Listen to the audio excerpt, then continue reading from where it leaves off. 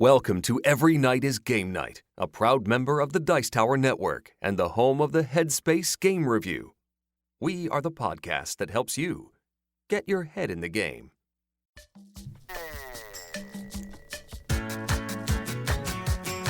Every Night is Game Night, episode 170, PAX Unplugged 2019 recap.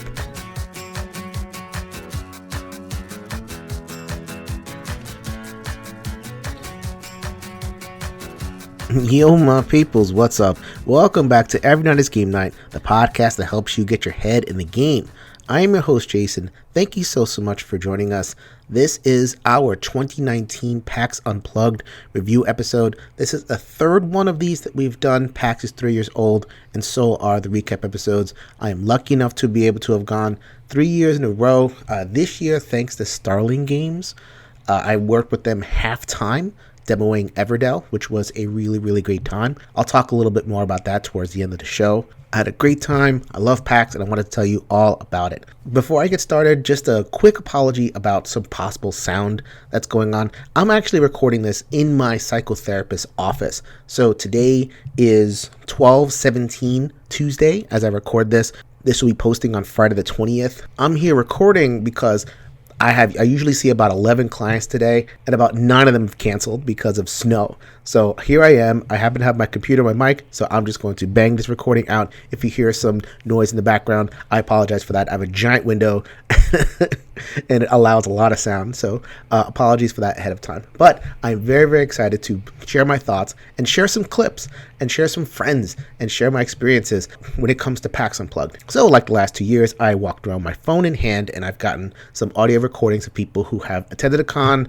eager to share about the games that they played, and eager to share about the fun they had. So I approached this year a little bit differently than the last two. My first year at PAX, it was brand new. This was my first con ever. I worked full-time for Renegade, and I was just, seeking out different content creators, meeting new people, networking, so to speak, or trying to, because I worked with Renegade full-time. That took up a lot of my time. But, did as much networking as possible, met some people, and did the same thing, only a little bit more the following year, 2018. I met a lot of different people from the different companies, so like Stephen Bonnet, who I met for the first time, and lots of different publishers who you heard from last year. This year, I wanted to take a much different track. This year, I prioritized people I knew. I didn't do a lot of publisher meetings. I didn't do a lot of set up game demos or meeting new people. I wanted to try to reconnect and form some of those good bonds with people who I'd spoken with. In some cases, like Liz and Jeremy, I'd met them before, but it was nice to see them again. In other cases, it was folks that I'd talked to, have been on the podcast for a long time, but I finally got to meet them in person for the first time. So this episode is going to be a little bit of a celebration of friends that I have in the hobby. Of course, we're going to talk about a lot of the games we played. So a lot of the content here is sharing about new games. The first half of the episode is going to be previews of games that are going to be kickstarting in 2020. After that, dropping in on some friends, seeing how they're doing. I'll get into a little bit more about that at the second half of the episode. But like I said, we're going to get into some previews of some exciting games that were available for demo and also connect with the people who played them. First up, I have my man Jeremy, my main man. He's going to chat about Return to Dark Tower. I'm here with my good friend Jeremy Howard. Yo, you got big old purple backpack. That geek on. That young geek on. That's a lot of geek over there, my guy. A lot of geek, man. Hey, man, I'm happy to be here once again. We doing this like straight up from the floor. That's it. This is the most busy day here at PAX U. I'm looking forward to it. I'm going to see a lot of games today. Today is Saturday. I wanted to have you on because you did invite only because you're the man over here. I want to hear about Return to Dark Tower. You were going on about it yesterday. Tell the peoples what you saw. Okay, so I saw some stuff behind closed doors. There's some things I can't talk about, but we had basically Dark Tower is this game, and it's an app-based game. It's back from the 80s, and it's... Oh, they know what it is. The people know what it is. They want to know about the tower. They want the big old toy. So this tower was insane. It has stuff that, like when you put the skulls in, it's rotating. You don't know what's going to happen. There's light. Wait, skulls like Plinko? You take little skulls, right? You can kind of hear it inside of there doing Plinko stuff, but when the app activates it, and it can do it randomly, or something happens when you put it in there, and like it triggers events. But I mean, like it spits out dice. It does all kinds of stuff. It gets in there, just shakes at random stuff, and opens gates. It's crazy in that. Man. It is when you watch it. It's crazy. And I know you know how much it costs. That's what I want to know. We can't talk about that. We can't talk about a couple things. Because it's all, it's all to the last minute what they change and what they're going to do. And there's definitely, it's definitely Kickstarter related kind of type stuff. But they're going to have a lot of options available. And I think it's going to be, what they're doing right now, their price is really aggressive. Okay. And even the add-ons don't seem like tack-ons. They're just choices, which is great. We'll see about that. Return to Dark Tower should be launching next year. Where can the people find you and your coverage of PAX Unplugged? All right, so on my page, which is Jambalaya Plays Games, it's going to be on YouTube. And then, of course, I'm with Man vs. Meeple, so always check out that kind of stuff post-haste, Fantastic. Jeremy, we're going to hook up later. Take care. Yeah, man. Thank you, guys. Take care. I got a ton of stuff to share, so let's go ahead and, make sure you head over there. Check out his channels. Yeah. Thank you very much, Jeremy, for giving us that inside look. I might have been able to get a invite to see Return to Dark Tower, but I was working a booth, so I didn't really pursue that. It sounds like a ton of fun. I'm worried about the cost because I have a lot of big, expensive Kickstarters coming, and I don't need that many more. However, I remember the original Return to Dark Tower with the little spinning gears and... And from what Jeremy described, it sounds like a really, really good time. It sounds like the tower does way more than just what an app can do, which is something that Rob Davio talked about when he visited the show to talk about Dark Tower a couple months ago. I may replay that episode when the Kickstarter goes live at Return to Dark Tower sometime next year. All right, let's get to another quick preview. This one was probably the most obvious game of the con. I don't know if it's the game of the con. I don't know if there was a game of the con. It's more of a game players con rather than a product con. However, there was a big debut, there was a big press conference, and there were a lot of hats. I think every 15th person that was walking around the halls was wearing a giant, one of these paper Nordic hats. Picture like a Burger King paper crown, but looking more kind of Nordic and like goat horns or whatever it is. It was very, very silly, but people were wearing it. They were wearing it in celebration of the follow-up to Gloomhaven, which is Frosthaven. I met two new friends, the only new people who are going to be on the show, who went to the press conference, and are here to share about it with you guys.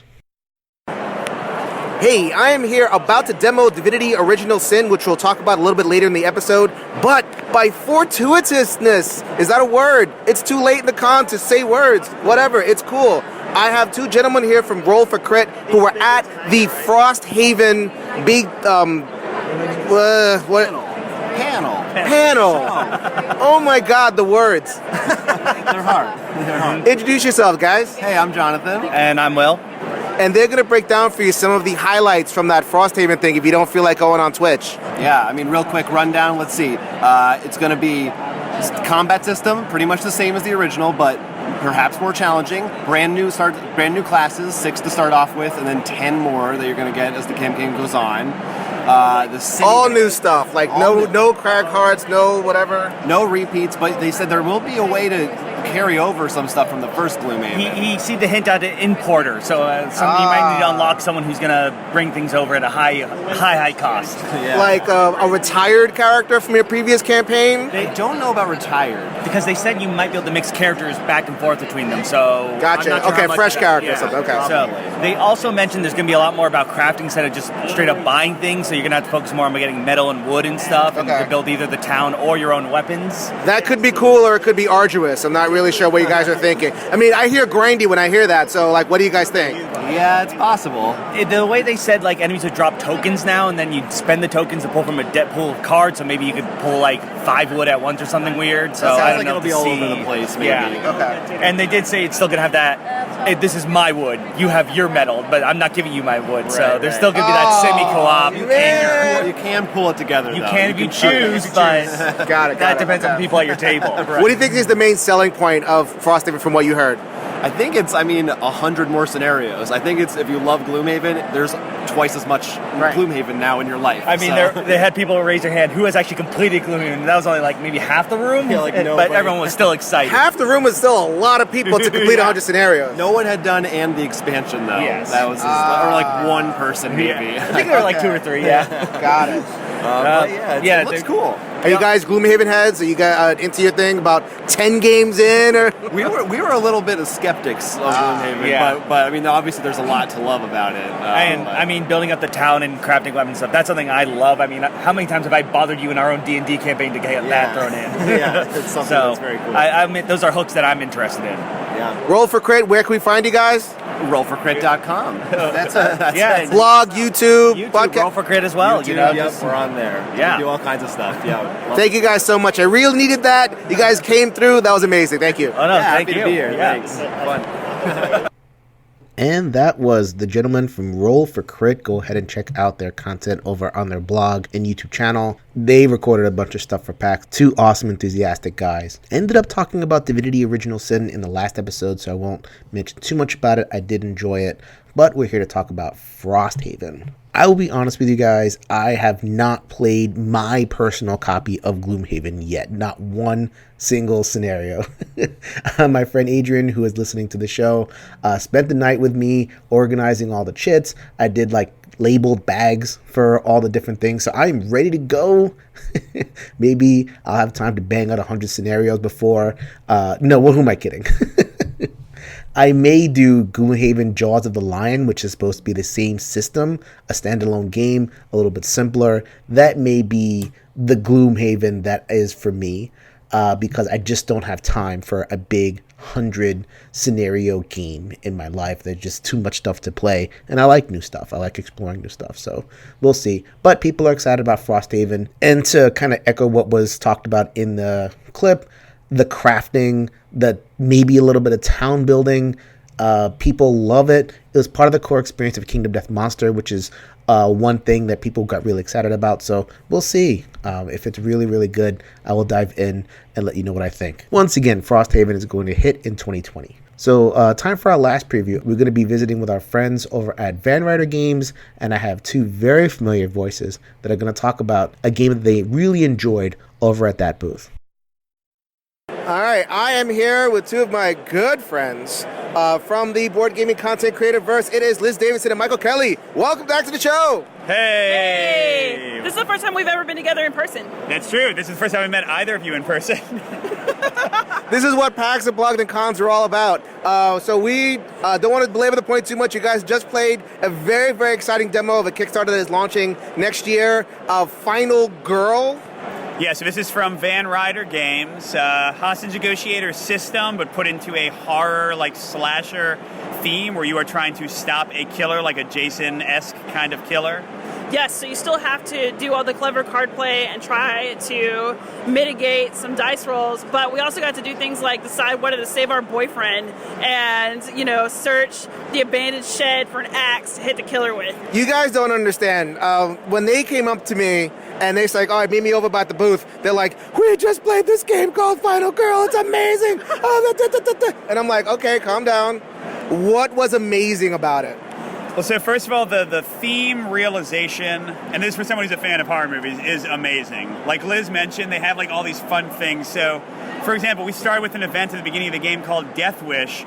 It meant every dang round, one of the little innocent victims we were trying to save would just wander toward the killer. He's like, oh, dee-dee-dee, I heard a sound over here. And it was just so funny. But hopefully it's not the black guy, because that happens in so many early horror movies. All the meeples were yellow, so I guess, you can... the yellow guy, good. Make of that what you will. But, yeah, I mean, it was absolutely hilarious. It was so dramatic. When you get down to the last health chip, both you and the killer could potentially flip that last chip and resurrect. So he killed us, and then we sprang back to life. And then we were, fighting him to the absolute last second. And so we finally got him, and, we were high-fiving and yelling and just getting upset and excited about the dice rolls. It really just worked. I think I reached the end of where I'm going with Hostage Negotiator. I played it. It's good, This sounds like next level, next take, more thematic, more lessons from designing and all that kind of stuff. Sounds like a real evolution. Yeah, but I won't. So I don't know if Liz would say it's better. For me, I think it is more thematic and... Therefore better. And well, for me, probably. And the board play is really interesting because you do actually have a little board. And the variability is great because in sort of a Cthulhu Death May Die, Sadler Brother, whatever you want to call it, modular system, you have multiple locations in the game, and you have multiple killers, and they each have a unique deck that gets shuffled together. So you're going to have events keyed to the actual stuff in there. All right, so how is the con so far for you in general? We just talked about this one game. Let's talk about what you guys been doing. I've been having an awesome time. I got to demo Sniper Elite yesterday, and I thought that was really fantastic. It doesn't solo. It's okay. It's okay. We embrace all gamers on our show. Yes, but it was awesome, and I got to talk to David Thompson, who does Pablo's House. So look out for an interview with him. Look out for an interview with Cole Worley, who was also a delight to talk to here. Nice. I played a bunch of games last night. So many I don't even remember all the names, but they were good. You got home at midnight. You worried Jason Levine. He was over here like, oh my God, where's Liz? I'm doing the falsetto voice a lot. Sorry. Yes, I'm staying at Dice Tower House this time, and I was out partying so hard with all those board games that they were worried about me because I was the last one home. What about you? What you been up to? I mean, really, just meeting you all is the best part of the con. Absolutely. I got to meet Jeremy Howard finally from Jambalaya Games and Man vs. Meeple for the first time. That's been amazing. But in terms of games, I played Divinity. Jason's literally about to go play the same demo I did. That was way better than I thought it would be. And besides that, I played Atlantis Rising. That's got some good stuff going on. Sniper Elite is really cool. Agree with Liz on that, although not co-op or solo, unfortunately. And we just played Mental Blocks, goofy little Pandasaurus co-op game. That was fun. So I've been having a great time with games. All right, thank you guys. We are going to be meeting up at Honey Grove. I eat there all the time. I'll probably have more to say about that. Thank you guys. That'll be the entire episode. Food reviews, baby. We're changing the podcast. One restaurant review. That'd be the whole thing. I'm in. I'm totally in. Take care, guys. That sounds like a lot of fun. I will be perfectly honest with you guys. I stopped by the Van Ryder booth because I think AJ is one of the really cool guys. Happy to see him. Happy to kind of catch up. He mentioned that they were demoing this game called Final Girl. I don't like the name. I didn't know what was going on. So I totally skipped it. But then I ran into Mike and Liz later, and they told me play this game. And unfortunately, I did not get a chance to. But if it is upgraded thematic pieces on a board hostage negotiator, then I might have to go and check that one out. Check out the Kickstarter for that one coming also in early 2020. So that will conclude the preview portion of this podcast. There are so many other games out there. Liz mentioned Sniper Elite. There's a bunch of other stuff that I could have talked about, but the products that we talked about here are the ones that I'm interested in the most. And as other things come up, we will cover them as well. While we are hanging out at Van Ryder's booth, I did want to quickly mention one game review. So this game is available. You can get it. I played it before the convention with my friend Adrian, who was also at PAX Unplugged, and I played it during the convention with a couple of friends as well. This is Bees, The Secret Kingdom. This one was designed by Kamil Senex Ciesla. Oh my goodness, I really hope I didn't mess that name too much. Published by Van Ryder Games, originally published by Awaken Realms. This game kind of piqued my interest because Awaken Realms is known for their big, humongous, huge games. I have Tainted Grail coming next year. I thought it was coming this year, but apparently I chose the consolidated shipping, which means I get everything at once, which means it comes next year. Boo! But this one is a much, much, much lighter game. And for the most part, I was happy I had it for the con. If you want to do a lot of stuff at a con, you're not going to get a lot of heavy games played. You're even medium weight. If you want to, you can dedicate yourself, and yes, you can go play a big heavy game, play 2-hour games, all that kind of thing. But if you want to do a lot of things, and if you want to meet a lot of people, then the chances are decent that the only things you're going to be able to play are these lighter games. So I was happy to have an option that was pretty solid. Spoiler alert, I thought this game was pretty decent. All right, so Bees, it has a beautiful theme. It's bees collecting honey and making a hive, but that's more of a motif. It's not really a theme. You don't really feel like a bee. When I played this with a friend who knows a little bit about science and talking about bees collecting pollen, pollen is not a shiny gem. It does not come in different colors. So forget any kind of thematic idea over here. It's a motif. It is a bunch of very, very beautiful cards depicting bees. And the idea of the game, it's a kind of abstract-y Century Spice Road / Splendor type game where you're going to be collecting resources and you're going to be cashing them in for points, and whoever does that in the most nimble fashion is the winner. Real simple. On your turn, when you want resources, you're going to be selecting from a gathering deck. You pick 2 cards and you get stuff. So you might get, 2 of a certain kind of color, or 1 of every color, 4 colors in the game of pollen. So you're going to be choosing among 2 cards. And part of the strategy of the game is that you get stuff, but then your friends also get stuff. So it's a 2 to 6 player game with constant engagement, because you're always getting stuff every single turn, whether you're picking it yourself and you're getting a better benefit, or you're just getting the smaller benefit off of someone else's choice. So that's one thing you can do on your turn. Next thing you can do on your turn is pick honey cards. Honey cards are the points. So then you have to gather in kind of an artful way. So if you've played Century Spice Road or Splendor, any of these kind of abstract get stuff type games, you're basically trying to get things faster and more efficiently than everybody else. Everybody's getting stuff. You can't really stop that. But can you get the big scoring thing before your opponent does? That kind of thing. A lot of times, the biggest draw in these type of Century Spice Road games, where you're kind of trading resources for other resources, there's this kind of like engine like ramp up where you're gathering certain stuff and you're positioning yourself over multiple rounds to kind of make a big score. So in Splendor would be the nobles, or it'd be like a 5-point card or something. You're slowly building, and then yank, you get the big thing, you get that big payoff.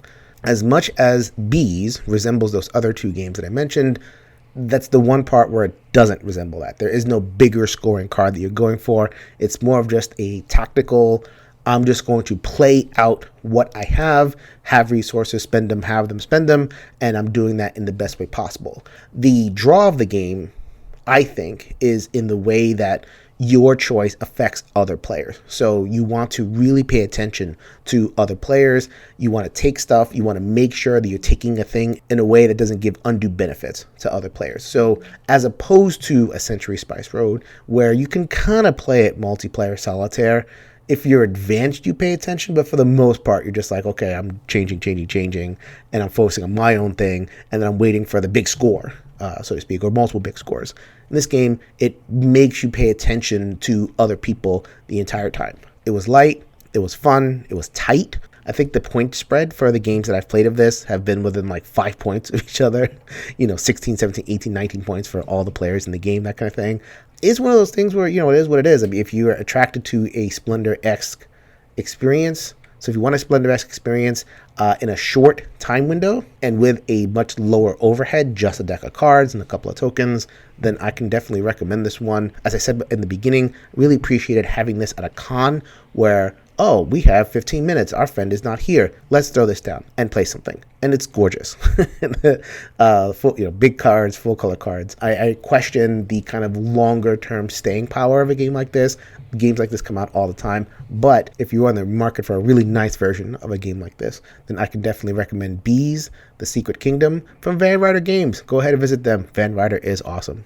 So that was actually the one new game that I got a chance to play at PAX Unplugged. I did play a couple of other games in the evenings. As you heard, or may have heard, over on the One Stop Co-op Shop, I was with my friends Peter and Mike playing Shadow Rift. I also played that with Liz. I love Shadow Rift, even if it's just to teach. I was very happy to dive back in and play that game again. Man, I want to just play again and again. I think the system is so cool.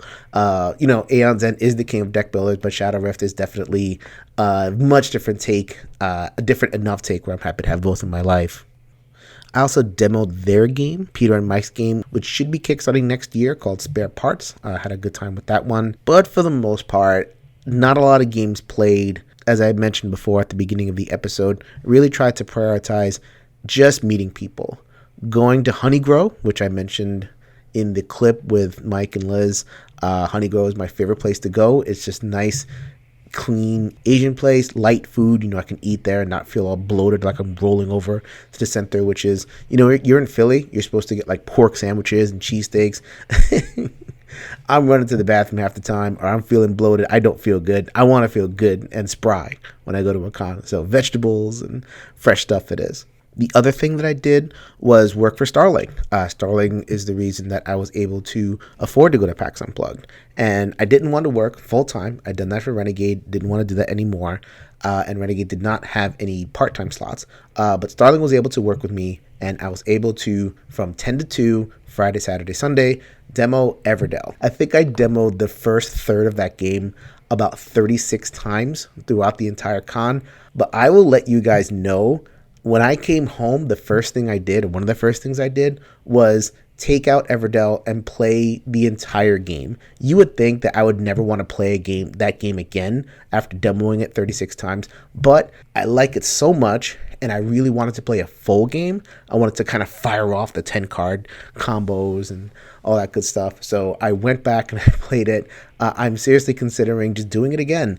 2 more expansions are coming out next year, Spirecrest and Belfair. So I am looking forward to getting a look at those 2 expansions. And I may just be back at PAX Unplugged next year teaching those 2 expansions to Everdell, which continues to be one of my favorite games. I just keep coming back to it over and over again. And the demos were fun. Meeting people was fun. There were so many times where people would come up and I'd say, "Are you familiar with Everdell?" And people would say, "No.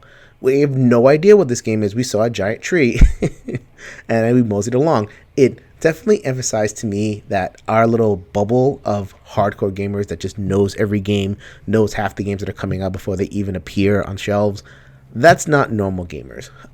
Far, far more gamers are coming in and they've never heard of any of this stuff. Everything was new. Everything was exciting. I almost kind of wish that I had that again, of just opening up, going into a store or going into a convention like this and saying, "Wow, there's so much new stuff. I don't know what this is." Almost like a wonderland. I'm too much of a cynical, jaded content creator. I know everything, so to speak, that's coming out, especially relevant to co-op and solo and card games and thematic games and the games that I like. I was really happy to be that gateway for a lot of people. I really try to, ham it up and do a little performance with my demo, and also have a really tight teach. My teach definitely got better as the con went on. I think I did my best demos on Sunday, even though it was a long, a lot of different tables. I really tried to bring the enthusiasm, and I really, I got a lot of enthusiasm myself from people who are happy, and they said, "Wow, that was really cool. That was a perfect demo. Thank you very much." That really gave me a lot of juice going forward. So I said this after the Renegade demo, and I'm going to say it again. If you can, if it's in your personality, go ahead and do the volunteer thing. And if the compensation is there, don't just do it for a free badge. Do it for, additional compensation, because you're really providing value to these publishers, and that should definitely be reflected on what you're doing. If you can, demo. It's a great way to engage. Do it part-time, do it full-time, do it for a day. If you want to stop by a booth for a couple of hours and demo something, it is such a great way to have that way of interacting with people who you'd never met before, who you were not going to meet. I'm going to keep singing the praises of demoing, and I may just do it next year. We'll see. All right, so that was my time between that and meeting Peter and Mike for the first time, meeting Liz and Jeremy, having dinner with them. That was just my con, and it was a real good time. I'm going to end the episode on a couple of clips that I got from people who I consider friends in the board gaming community. I'm happy to see them every time. Every time I see them, I stop by, I say hi, I chat a little bit. So these are 4 clips, 4 different people. I'm just going to play them all in a string, have some comments afterwards. The commonality I saw, especially with the last 3, but all 4 in their own ways, kind of had like a life thing happen.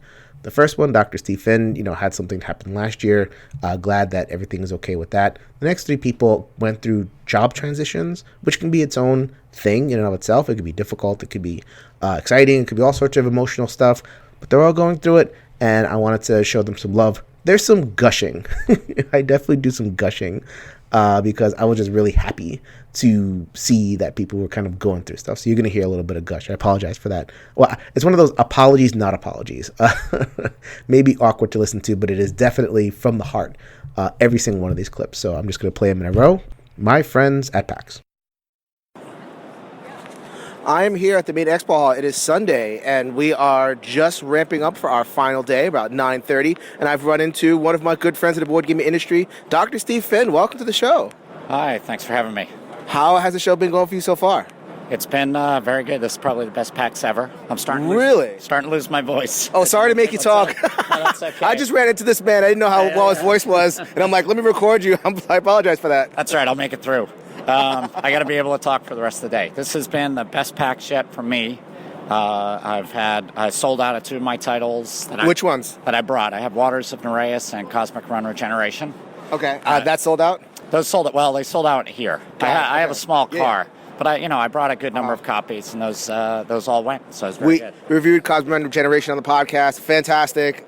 Congratulations on that. Continuing to sell. Yeah, and Waters of Nereus is basically going to be out of stock. So maybe a second printing, but I'm not sure. And what else you got featured? Today I'm going to try to focus on the 2-player games. So I have a new game coming out. It's a revision of Institute for Magical Arts. It's going to be called School of Sorcery. 2-player game with a Harry Potter-esque theme. Roll dice, card powers, area control. And it's going to have all new artwork. In my first game, I had some duplicate artwork for some of the cards. Now every card's going to be unique. Every card's going to have unique power, unique illustration. Graphic design is all updated, so it's going to look really good. Great. Coming to Kickstarter January 13th. And then also focus on Rapid Fire. Cosmic Run Rapid Fire. On Rapid Fire, another 2-player game. So right now I have the booth set up for all 2-player games. Absolutely. So this year it sounds like the worst thing that's happening is a losing voice. Last year I had some difficulties. You had to clear out. I'm like, let me stop by Dr. Finn's booth on Sunday last year, and it was like, woo, God. Yeah. Hopefully nothing like that happens. A little bit of a personal situation, but this year it sounds like everything's going a lot better. Yeah, no, everything's good. My son had appendicitis last year, so I had to get home to the hospital, but all's fine. Family first. Family first, of course. So I told my family, I told my other son, don't get appendicitis this year. I was like, told my wife, drive carefully, I'm not rushing home. Good thing sons only have one appendix at a time to be taken out. Yeah. Well, I had mine taken out at the same age, so it was all very familiar family story. Dr. Steve Finn, it was a pleasure talking to you. Good luck with the rest of the con. Thank you very much. Hello, I am here at the Starling Games booth with multi-time guest on the podcast. You've heard her preview about 17 different Starling games. She's laughing over here because she's like, only 17? This is Brenna Noonan. Welcome back to the show. Hey, thanks so much. I'm happy to be back. All right, how you feeling? This is we had our first day. It started off a little bit slow. We're kind of stuck over here at the Starling Games booth. I'm working for Starling, by the way. Stuck over here kind of on the other end of the entrance. They mixed us up a little bit, but I think it picked up towards the middle, right? Yeah, I was looking, tracking the sales during the day, and like around noon, it really started picking up, and it was pretty steady after that. Yeah, the hall layout is a little bit weird. I guess they changed where they were letting people in, so we used to be at the front, and now we're kind of at the side. Yeah, it's 30% bigger. My feet definitely are feeling the bigness of this thing. Oh my goodness. So what is Starling featuring? Is there one particular product, not just Starling, but like anything that you represent? Is there one particular product that we should be looking out for?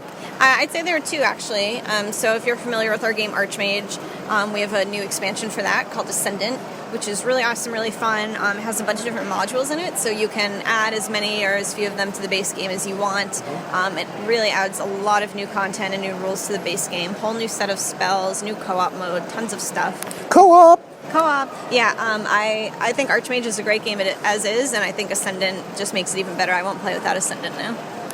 All right. So, this is the part of the podcast. We're talking to a couple of people who are making transitions. You will no longer be at Starling Games, which breaks my heart because I can't make any preview series with you more, but you are transitioning to the next best things. I hear so many things about you in the industry. I have no doubt that you're going to land on your feet. You probably know where you're going to go, and you're just not going to tell me, but... Yeah, thank you. It's always a tough choice to, decide to move on from something, and it's been amazing. I feel really lucky to have gone to work on the products that we have and with the people that we have and met so many people like you. So it's a tough decision, but, change is also good, and I'm really excited for what's next. So this is to all the publishers, all 3 of you who listen to this show, or however many. Hire this woman. She is amazing. She's a great developer, great marketer, and just an amazing, good-hearted person. So, Brenna, good luck with everything, and I hope that you land on your feet and thrive. Thank you so much. You're the best. Hey, I'm here with Dan Hughes, constant arch nemesis, wearing a sporadically bored t-shirt. This is Mr. Mike Dilisio. Welcome to the pod, man. Thank you for having me. It's always a pleasure. I'm going to ask a very, very cruel question because I know the answer. Okay. What gaming have you gotten in this con yet so far? That would be 0. 0 gaming in the con. Not even a spec. I don't even think I've been adjacent to a game this whole con. This is what happens when you get hired by a company, you get your dream job, and it turns into a bunch of time in front of a computer. This is true. Yeah, I've been getting very, very well acquainted with my MacBook, but yeah, not a lot of gaming going on. But it's all right. We'll get there. We'll get there. It's only Saturday. I wanted to have you on this part of the pod because we're talking about a couple of people who've had transitions. And you have had a transition. You have transitioned away from teaching for some years. And you are on the full-time at the Dice Tower. How are you feeling about that?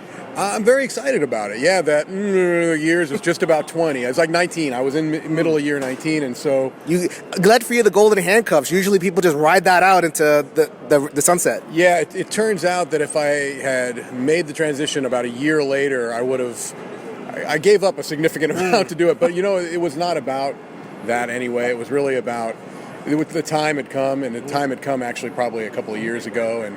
Especially with a job like teaching, you don't want to do it if you're not really all in. Right. And I was really... Which a lot of teachers make that decision. Right. And so I was starting to feel like I wasn't able to give it 100%. So I had already been looking for other opportunities, and I just happened to stumble into an amazing one. So you're an absolute credit to the solo community. You've been repping the solo community for a couple of years now. In all seriousness, I really mean that. I'm really happy that you were able to find a good transition in your life, and you've landed on something really, really good, even if you're not playing any games whatsoever. Well, I do appreciate those kind words, and I still rep my solo people and love it, and we're going to continue to make it a bigger part of this gaming niche, this niche within a niche. It's not the people disappearing into the Dice Tower, it's solo people taking over the Dice Tower. That's what it is. It's a revolution, and it's already gone too far. It can't be stopped now. Mike, well, thanks for being on the show, man. Thank you. It's been a pleasure. Thanks for having me on. Hey, I am back. I'm in front of the Dice Tower booth. I interrupted this man's breakfast, so I need to really hurry this up. He has the wrapped up thing, everything, got a can of coffee in his head. This is Sam Healy. What's going on, Sam? What's up? How's it going? Doing well. Sam, what you been playing? I actually played Honey Buzz from Elf Creek Games yesterday. Oh, okay. Stopped by their booth. It's a little worker bee placement game. Okay. It was pretty fun. It was a good time. Okay. Anything blow away for you this year? A blow away for me this year. Blow away for you this year. I don't want to go with the simple stuff. I want to go with this amazing. What was awesome for you this year? Awesome for me this year. Well, we're doing our top 10 games of the year next week, so okay. I can't spoil that. But I think probably one of the coolest games for me so far recently has been Rurik Dawn of Kiev. There you go. I really enjoyed that. It's a true hybrid, I think, because there's a lot of both camps. Right. Of gaming, so it's really fun. It engages the brain. It also scratches that Amerithrash itch. So this is the part of the podcast where I'm talking to people who are making transitions. We talked to Mike Dilisio, who is coming into the Dice Tower. Yeah. Sam Healy is stepping out of the Dice Tower, at least in a full-time capacity. Yeah. Announced this a couple of months ago. How you feeling about it? Is it, I know it's kind of mixed and everything, but how you feeling? That's definitely bittersweet. I love everything that I do with the Dice Tower. I love working with the guys and everything like that, but I had to make a change, and so... Family first. Yes, family first, and on top of that, I'm really excited about what I'm going into. I can't talk a lot about it right now. Of course. But next month, we're going to be making announcements and stuff like that, so keep your ear to the ground. We already know the next steps. I wanted to take the time in the podcast to tell you you've been a real credit. You're not only you're a good dude on the channels, provoking conflict and controversy, all that kind of stuff, but in person, if you ever meet this guy at a convention or anything, heart of gold. Always come up to you. Very easy to talk to, very easy to chat about games with. So congratulations on the move. Appreciate and good luck with everything. Thank you very much. Have a great one. Very good, man. Thank you. As I said in the beginning of the episode, and I said throughout the episode, this con for me was all about friends and all about people that I'm happy to see. I've gotten to the point, very blessed to be at this point of showing up to a con and not seeing somebody for a year, but then you see him after a year and it's like, hey! And more. I got to reconnect with some other folks. Got to connect with Roy, who has been on the show before, Roy Kennedy. Crystal, also from the Dice Tower. She helped me with some singing project a couple of years ago. It was nice to finally meet her in person. And on and on and on. I mean, I don't have like a huge ripple of friends. I am a solo gamer for a reason. I am shy. I know it's a little bit ridiculous when I tell people that I'm actually really shy. I am. I keep my circle small. But for the people that I do meet at these cons, it was really great to connect. And that's the story of PAX Unplugged for me. I hope to be able to get to PAX Unplugged next year. I don't think I'm going to be able to get to more cons. I don't have a lot of vacation at my job. I had, you guys know what's been going on. Got a new house, moved, got, another kid, and that's where the vacation goes. So I don't have too much time to be out there. But, 2020 is looking to be kind of one of those reset years. Hopefully nothing crazy goes on. I'm able to kind of reestablish, get some more vacation going. And then the next year, 2021, I hope to be able to get out to more cons and meet some more of you guys, not just the content creators, not just the publishers, but the fans. I have been loving the emails. I've been loving the interactions. I've been loving the, talking to people on Twitter and the people who have joined the Slack channel, all those different avenues that we have opened up to be able to interact with the show. ENGN_podcast on the Twitter, Every Night is Game Night Facebook group, everynightisgamenight.com, which is the sister of BoardGamersAnonymous.com. Which I didn't even mention that Chris from Board Gamers Anonymous is probably listening to this entire episode, and he's like, when are you going to mention me? We had a whole thing on Friday night where we got together with some Board Gamers Anonymous friends. Well, there you go. And we talked about doing an episode together. Chris, man, let us do an episode together. I am down for it. I can't wait to get that done. But yes, meeting some of the people from Board Gamers Anonymous, including Tim Hirma, who's the designer of Archmage, was able to get a copy of his expansion, Ascendant. So I'm going to be reviewing that in the next couple of weeks. Look at that. I'm already 40 minutes into the pod, and I'm, even calling even more friends that I met up with.